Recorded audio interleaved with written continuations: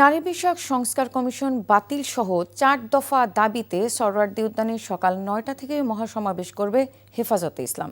এ বিষয়ে জানতে যাচ্ছি স্টাফ করেসপন্ডেন্ট মিসবাহ হাসানের কাছে। মিসবাহ, সংগঠনের নেতাকর্মীরা কি আসতে শুরু করেছেন?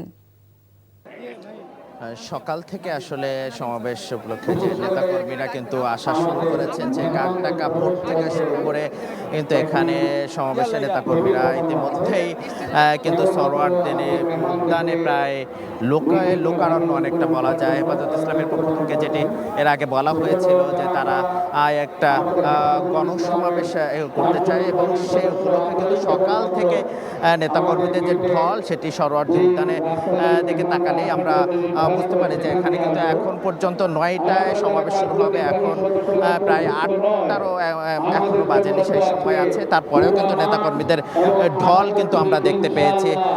এখন পর্যন্ত সরওয়ার্দী উদ্যানের ২ ফটক দিয়ে কিন্তু লোকে এখন পর্যন্ত মানুষ ঢুকছেন, এবং এখন পর্যন্ত যদি সরওয়ার্দী উদ্যানে বলার চেষ্টা করি কিন্তু অনেকটাই সমাগম বেড়েছে। একটু জানিয়ে রাখি যে হেফাজত ইসলামী পূর্ব ঘোষণা অনুযায়ী আজকের এই সমাবেশ ১ মে উঠে রাজধানীর বুকে ৩টা সমাবেশ, আজকে তৃতীয় দিন। হেফাজত ইসলামের যে সমাবেশ, সে সমাবেশের ৪টি দফা তারা ইতিমধ্যে জানিয়েছেন।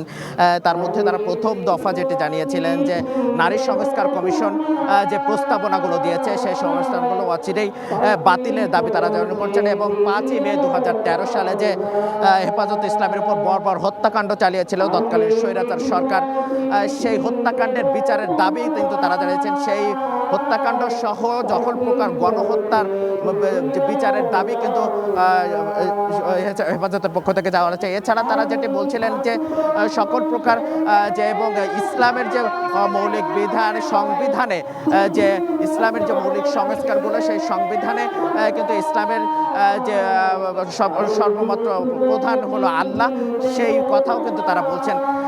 এই ৪ দফা দাবিতে মূলত আজকের এই সমাবেশ। যদিও হেফাজত ইসলাম এই ৪ দফা দাবি নিয়ে আজকে সমাবেশ সকাল 9টায় কিন্তু এই সমাবেশ শুরু হবে। সেই সমাবেশের অপেক্ষা ইতিমধ্যে কিন্তু নেতাকর্মীদের ঢল 9টায় হেফাজতের যে মূল আয়োজন, সেই মূল আয়োজন কিন্তু শুরু হবে। এই ছিল সবশেষ। বান্ডেল থাকলে প্রতি সেনমানিতে টাকা বাঁচবে। বিকাশ সেনমানি বান্ডেল কিনে জিতুন প্রতি লেনদেনে।